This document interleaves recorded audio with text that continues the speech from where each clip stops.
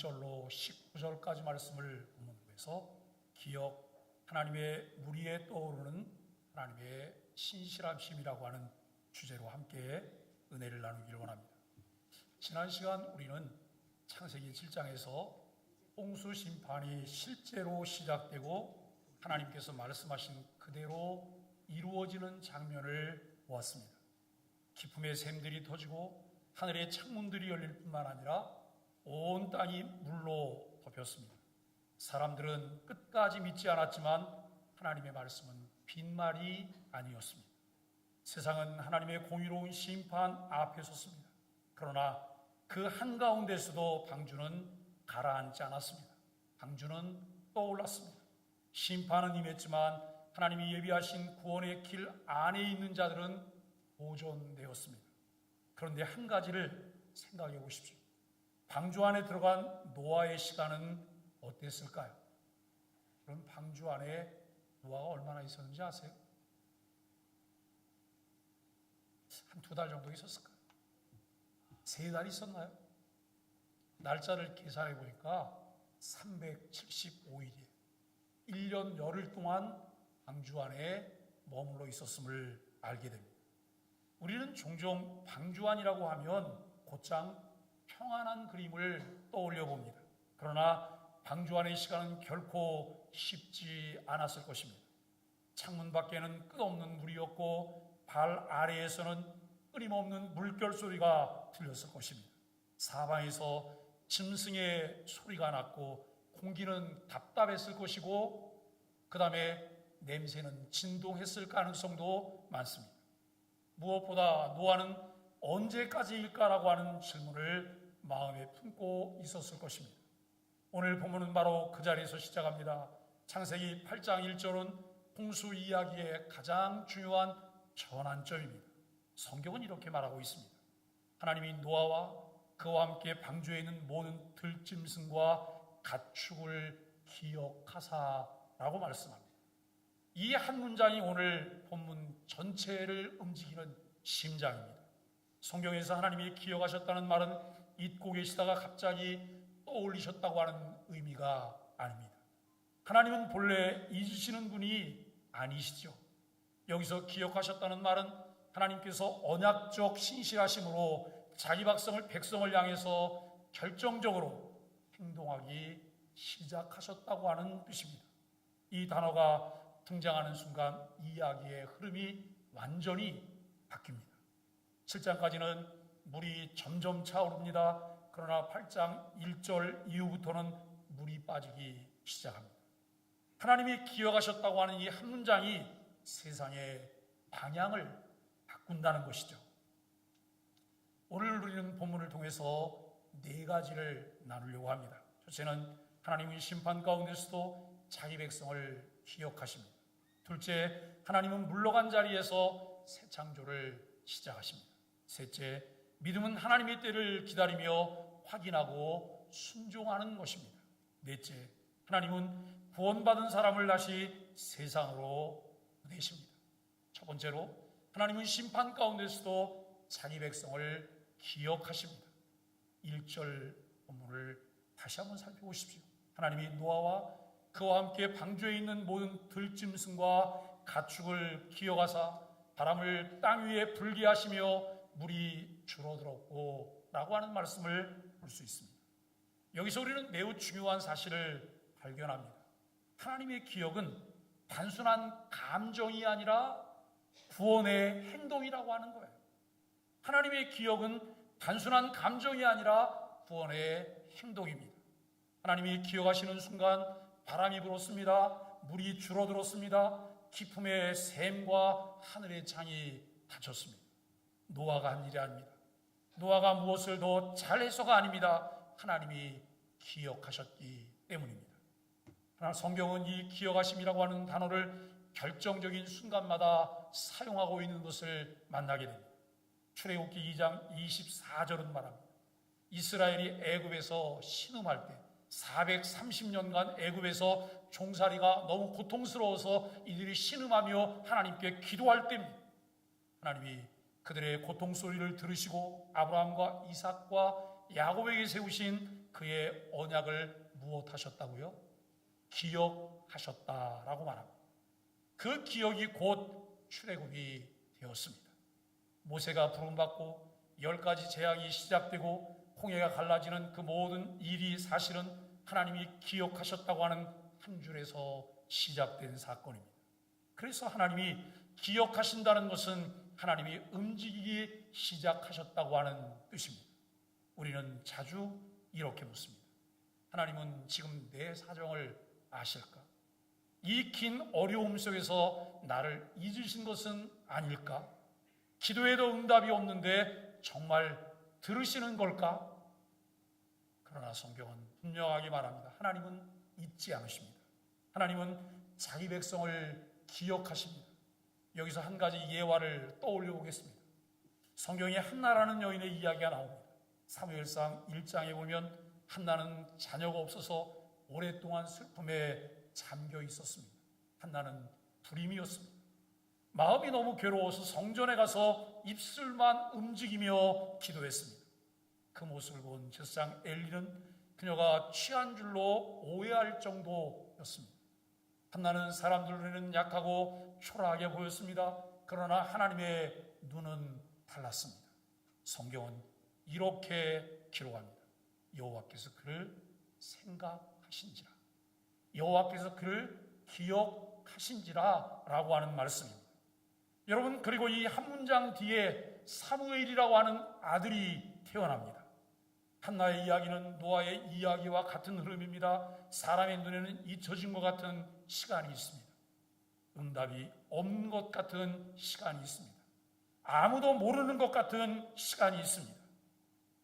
그런데 바로 그 시간에 성경은 말합니다. 여호와께서 그를 생각하신지라. 하나님이 노아를 기억하사 하나님은 한 번도 자기 백성을 외면하지 않으셨습니다. 여러분, 그 사실을 믿으십니까? 아멘입니다. 다만 우리가 그 순간, 기억의 순간을 아직 보지 못했을 뿐입니다. 방주는 안전한 자리였지만 동시에 기다림의 자리였습니다. 방주 안에 들어갔다고 모든 문제가 즉시 해결된 것이 아니었습니다. 물은 여전히 깊었고 땅은 보이지 않았고 출구는 닫혀 있습니다. 그러나 그 모든 답답한 한가운데에서 하나님은 잊지 않고 계셨습니다. 하나님은 노아 한 사람만이 아니라 방주 안의 모든 생명을 기억하셨습니다. 이것은 하나님의 구원이 한 개인을 넘어 창조세계 전체를 향하고 있다고 하는 사실을 보여줍니다. 우리 생각과 너무 다르고 내 마음과 너무 다르고, 나는 누구만 구원받기를 원해요? 내가 좋아하는 사람만 구원받기를 원해요. 내가 싫어하는 사람, 미워하는 사람은 교회 나와서도 안 되고 구원받아서도 안 돼요. 이게 우리 마음 가운데 있는 기저예요, 기저. 그런데 하나님은 한 개인을 넘어서 창조세계 전체를 향한 여러분 하나님의 구원 계획이 있으시다고 하는 사실을 우리는 믿어야 합니다. 오늘 이 자리에도 방주 안의 시간을 보내고 계신 분들이 계실 것입니다. 안전하긴 한데 답답한 시간, 무너지진 않았지만 갇혀있는 것 같은 시간, 길이 보이지 않아 마음이 무거운 시간을 보내고 있는 것이죠. 그분에게 오늘 본문은 말합니다. 하나님은 당신을 잊지 않으셨습니다. 하나님은 당신을 기억하고 있습니다. 다만 아직 기억하심의 바람이 불기 전일 뿐입니다. 두 번째로 하나님은 물러간 자리에서 새 창조를 시작하십니다. 본문 1절 후반부와 2절을 함께 살펴보십시오. 하나님이 바람을 땅 위에 불게 하시며 물이 줄어들었고 깊음의 샘과 하늘의 창문이 닫히고 하늘에서 비가 그쳤다라고 말합니다. 이 장면은 우리에게 매우 깊은 울림을 주고 있습니다. 왜냐하면 성경의 가장 처음 장면을 떠올리게 하기 때문입니다. 창세기 1장 2절은 이렇게 말합니다. 땅이 혼돈하고 공허하며 그 감이 깊음 위에 있고 하나님의 영은 수면 위에 운행하시니라. 처음 창조 때에도 깊음 위에 물이 있었고 그 위에 하나님의 영 곧 하나님의 바람이 운행하셨습니다. 그리고 하나님의 말씀으로 질서가 세워졌습니다. 빛이 있고 땅이 드러나고 생명이 가득해졌습니다. 그런데 오늘 본문에서 똑같은 장면이 다시 나타나고 있습니다. 물이 온 땅을 덮고 있는 그 자리에 하나님이 바람을 보내셨습니다. 물이 줄어들고 산이 다시 드러나고 땅이 모습을 회복합니다. 그것은 단순한 기상변화가 아닙니다. 이것은 새 창조의 시작입니다. 하나님은 무너진 세상을 다시 정돈하시고 멸망에 다시 생명을 세우십니다. 여기서 우리는 아주 중요한 진리를 듣습니다. 하나님의 심판은 끝이 아니라고 하는 거예요. 하나님은 죄를 심판하지만 심판이 하나님의 최종 목적은 아닙니다.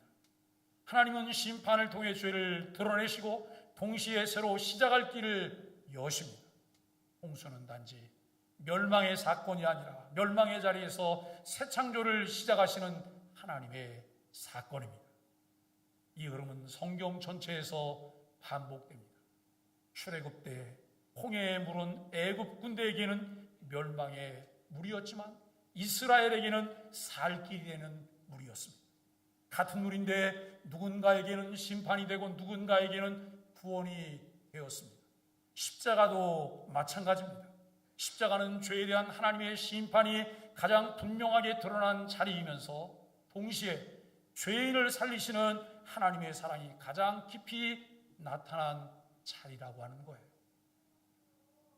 하나님은 심판과 은혜를 따로 다루시는 분이 아니라 그리스도 안에서 둘을 함께 이루어가시는 분이십니다. 그렇기 때문에 우리는 우리 인생을 함부로 끝났다고 말해서는 안 될 것입니다. 여러분, 끝난 게 아니에요. 누가 끝내야 끝나는 거예요? 하나님이 끝내야 끝내는 거예요. 그런데 종종 나는 내가 끝났다고 말해요. 눈앞에 길이 보이지 않는다고 해요. 절망적이라고 말해요. 이제는 모든 가능성이 끊어졌다고 말해요. 내게는 끊어졌지만 하나님은 끝나지 않으셨습니다. 우리는 자주 이렇게 말합니다. 이젠 다 무너졌다. 회복은 불가능하다. 돌이킬 수 없다. 그러나 하나님은 한가운데에서도 바람을 보내시는 분입니다. 하나님은 잠긴 자리에서 산을 다시 드러내시는 분입니다. 하나님은 끝까지 보이는 자리에서 다시 시작을 만드시는 분이십니다. 혹시 오늘 이 자리에 나는 너무 멀리 왔다고 느끼는 분이 있습니까? 나는 다시 회복될 수 없다고 생각하는 분이 있습니까? 깨어진 관계, 무너진 신앙, 끊어진 꿈, 식어버린 사랑 앞에서 마음을 닫고 있는 분이 있습니까? 오늘 본문은 그런 분에게 말합니다. 하나님의 바람이 한 번 불면 가장 깊은 물도 물러간다. 여기 여러분 창세기 8장에서 하나님의 바람이라고 하는 이 바람이라고 하는 낱말을 르아흐라고 하는 단어를 사용하고 있어요. 하나님의 영이라는 단어. 하나님의 영이 일하시면, 하나님의 영이 임하시면 그곳에는 기적이 일어나는 거예요. 닫혀있는 것이 열리는 거예요. 여러분, 자녀를 갖지 못한다고요. 태문이 닫혀있다고요. 그래서 고민하고 계시다고요. 무슨 고민을 하고 계세요? 어떻게 문제를 해결하시려고? 생명의 주관자는 하나님이세요. 하나님만 하실 수 있는 거예요. 그 문제를 하나님께 들고 나와서 기도하며 간구하시게 되기를 바라고 주님을 바라보며 의지하게 되기를 바랍니다. 하나님의 기적이 일어날 것입니다. 그분의 새 창조는 가장 황폐한 자리에서 시작됩니다. 세 번째, 믿음은 하나님의 때를 기다리며 확인하고 순종하는 것입니다. 본문은 이어서 매우 흥미로운 장면을 우리에게 보여주고 있습니다. 노아는 방주 안에서 무작정 기다리기만 하지 않았습니다. 그는 40일이 지난 뒤 방주의 창문을 열고 까마귀를 내보냅니다. 그리고 나중에는 비둘기를 내보냅니다. 까마귀를 내보내는데 까마귀는 돌아왔다는 이야기가 없습니다. 왜냐하면 사방에 물은 다 빠지지 않았지만 까마귀는 할 일이 수없이 많습니다. 왜요? 물 위에 떠있는 사체를 뜯어먹느라고 정신이 없었을 것입니다. 여러분, 나중에 비둘기를 내보내죠. 첫 번째 비둘기는 발둘 곳을 찾지 못하고 돌아왔습니다.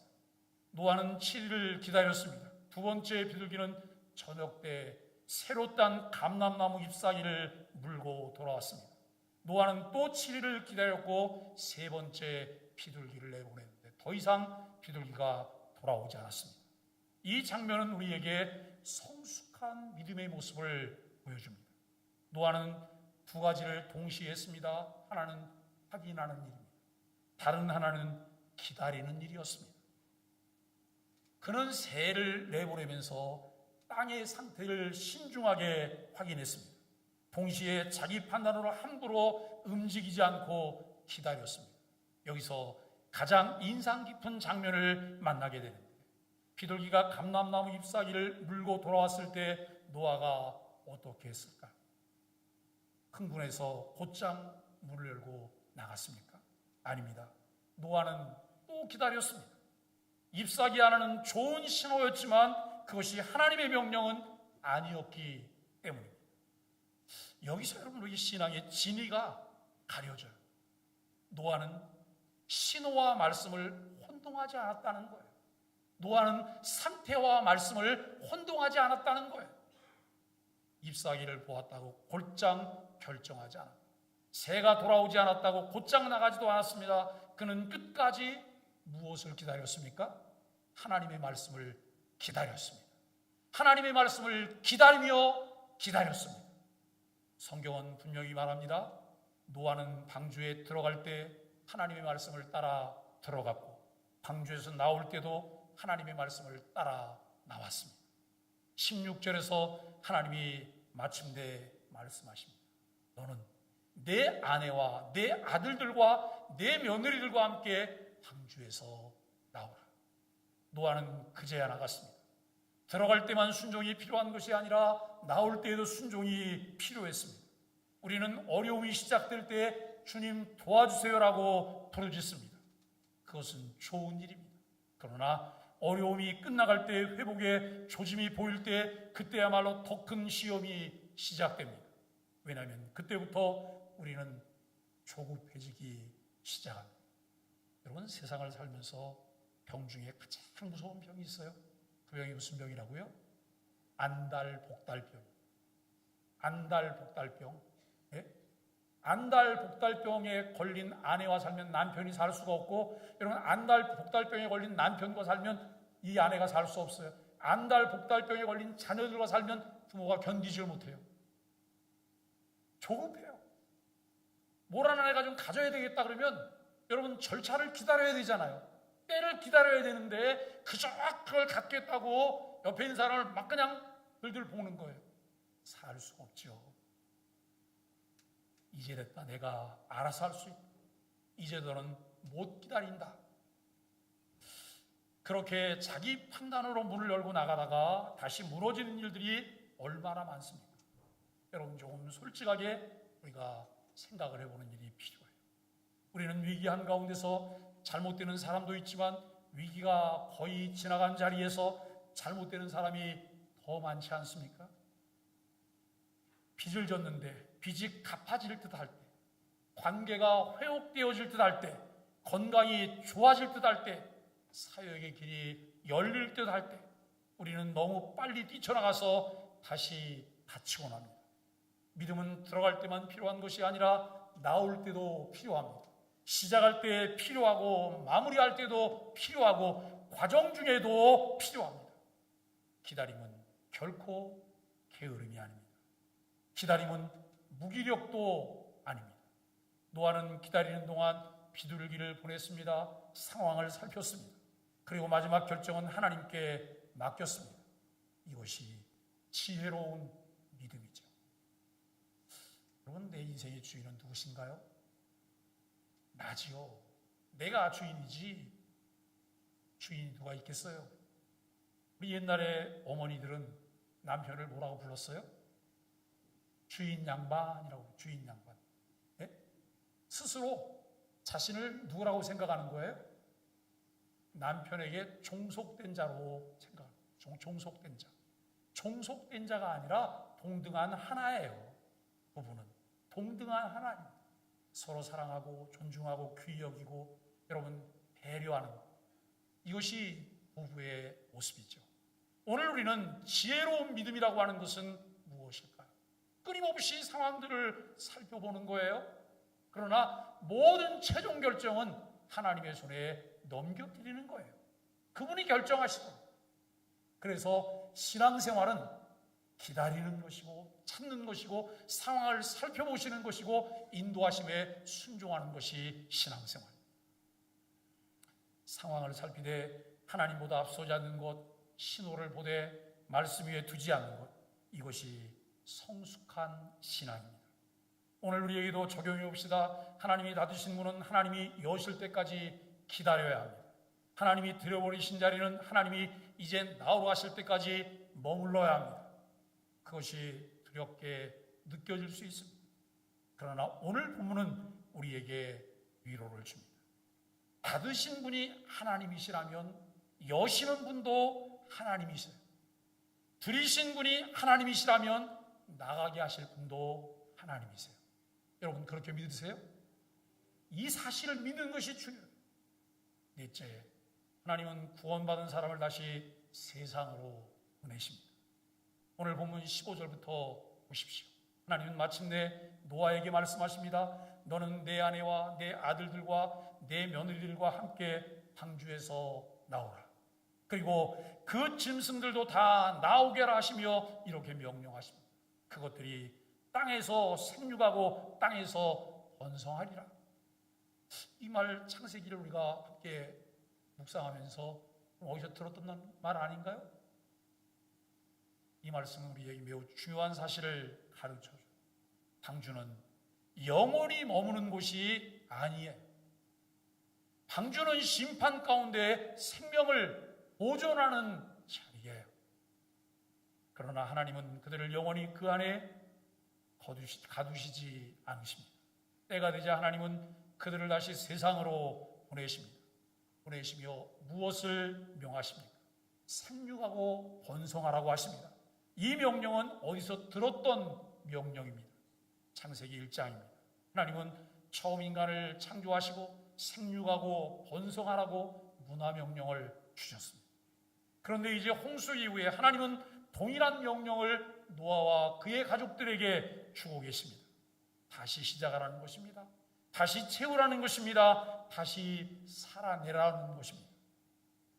구원은 방주 안에서 끝나는 것이 아닙니다. 구원받은 사람은 새 사명으로 보냄받은 사람입니다. 이 진리는 오늘 교회에도 매우 중요합니다. 교회는 방주와 같은 면이 있습니다. 세상의 죄와 혼란 속에서 우리를 보호하시고 말씀으로 양육하실 뿐만 아니라 예배 가운데 회복시키는 자리입니다. 그러나 교회는 우리가 영원히 머물기 위한 격리시설이 아닙니다. 교회는 다시 세상으로 보내지기 위한 파송기지입니다. 우리는 예배 안에서 회복되어 가정에서 살아내고 일터에서 살아내고 이웃 가운데 살아내야 합니다. 방주에서 나온 노아에게는 새 사명이 주어졌습니다. 오늘 우리에게도 동일하게 주어졌습니다.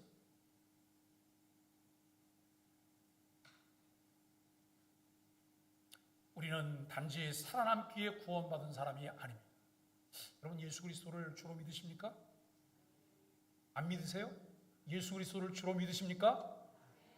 그 말이 너무 인색하게 나오잖아요. 우리가 예수 그리스도를 주로 믿으시면 우리가 뭘 받은 거예요? 구원받은 거예요? 영원한 생명을 갖게 된 거예요? 우리는 천국에 들어갈 자격을 갖게 된 사람들인 거예요. 여러분 그걸 갖게 됐으니까 이제 할 일 다 끝났잖아요. 아, 이제 뭐하지? 심심해 죽겠네. 그냥 세월이나 보내지 뭐. 여러분 그건가요? 아니에요. 하나님께서 우리에게 구원의 은혜를 주실 뿐만 아니라 우리를 사명자로 보내세요. 사명자로 보내셔서 각자 우리에게 주어진 역할들이 있다는 거예요. 우리 소망의 교회가 금년을 무슨 해로 정하고요? 평신도 사역자가 되는 원년이에요. 평신도 사역자가 되는 원년. 금년에는 평신도 사역자라는 게 있대. 평신도 사역자는 이런 거래. 근데 나도 평신도 사역자가 돼야 되는데 요걸 인식하면 금년의 역할은 끝난 거예요. 네?